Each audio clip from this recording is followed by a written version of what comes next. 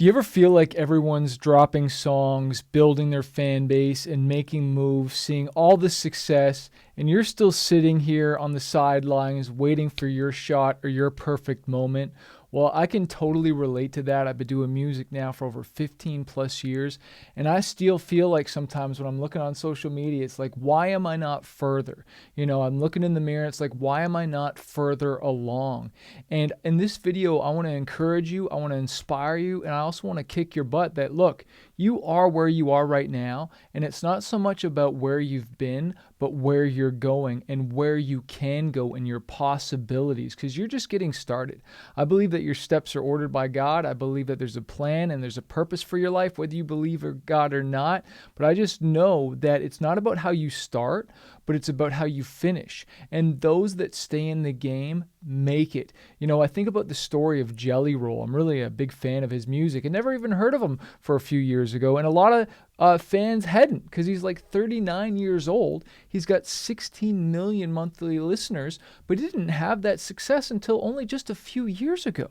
Now he's got like Grammy nominations and country music awards and video awards. And yet this dude was in jail for 8 years. He was on probation for 7 years, right? He didn't actually get out of jail until he was 24. So you feel like you're behind in your dreams. Maybe you feel like you're behind in your goals. Let me ask you, have you been to jail for 8 years? And so it's so easy that we want to compare ourselves to other people that have more than us, but we rarely compare ourselves to people who have less. And I get it, because we want to achieve more. We want more goals. We want more dreams. And I believe that God has designed us to have goals, to have dreams, and want to achieve more.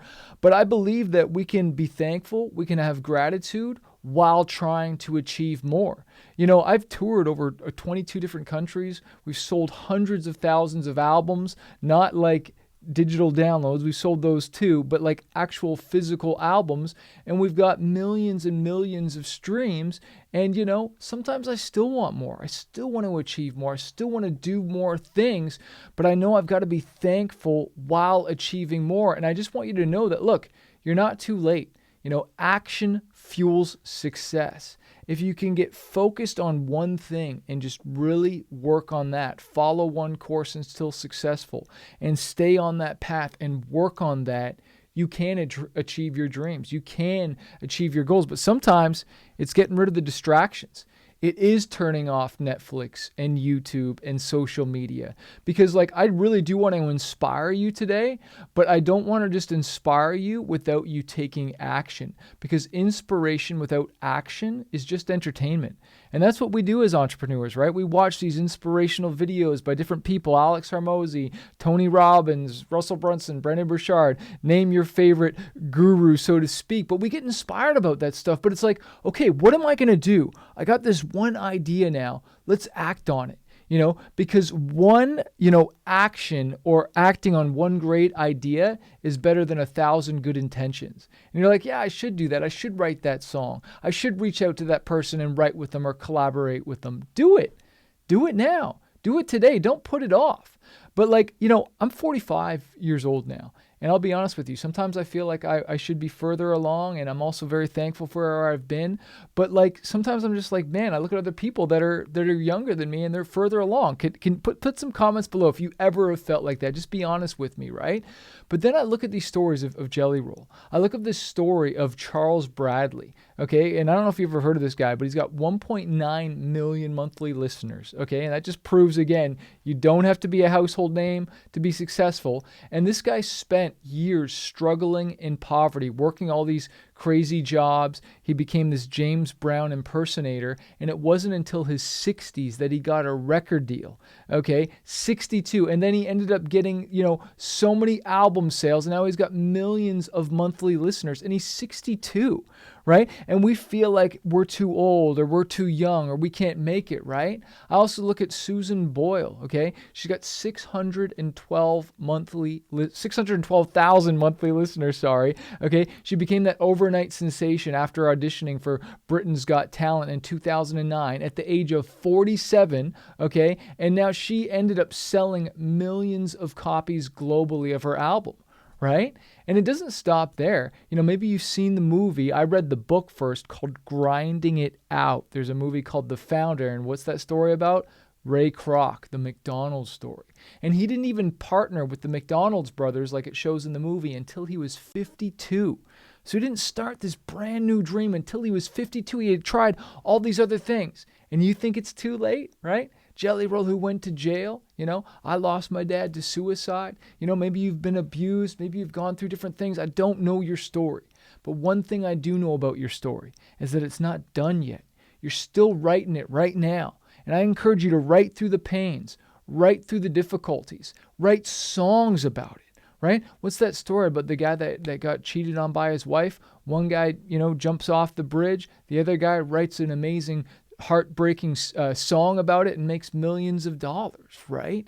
It's just like, how are we seeing life?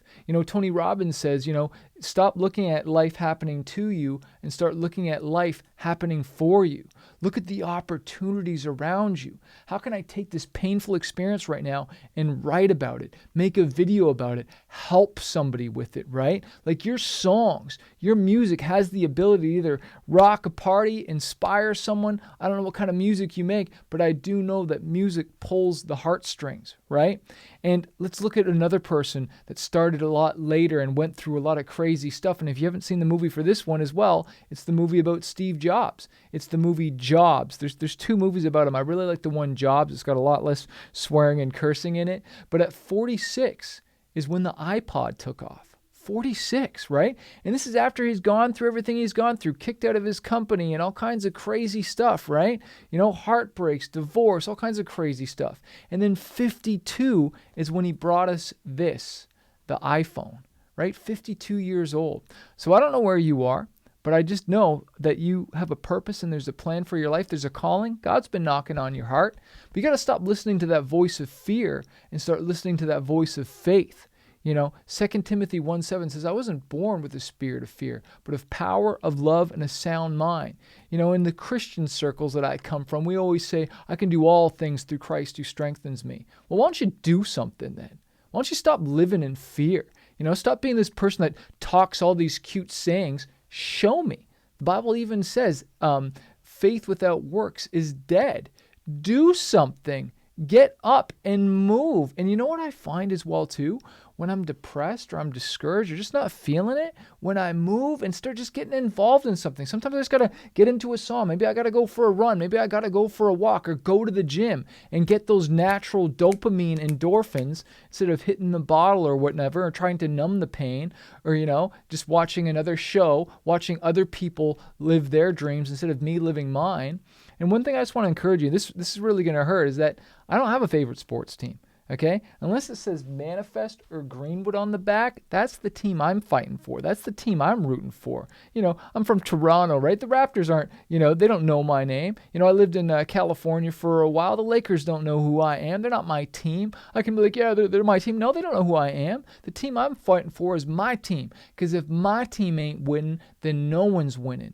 And this is your opportunity. Maybe you didn't have that, millionaire in your life or that person to mentor you. I know I didn't. My dad passed away when I was 5 years old, but I had a decision to make.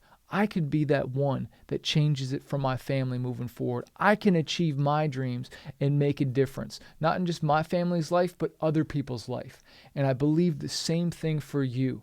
One book I want to encourage you to read, Grinding It Out, is such a great book. I have a book I wrote called Fighter: 5 Keys to Conquering Fear and Reaching Your Dreams. I share that. I love the underdog stories of people who have just gone through stuff, but they didn't quit. I want to remind you that a fighter isn't someone who never fails. A fighter is someone who never quits. So keep going.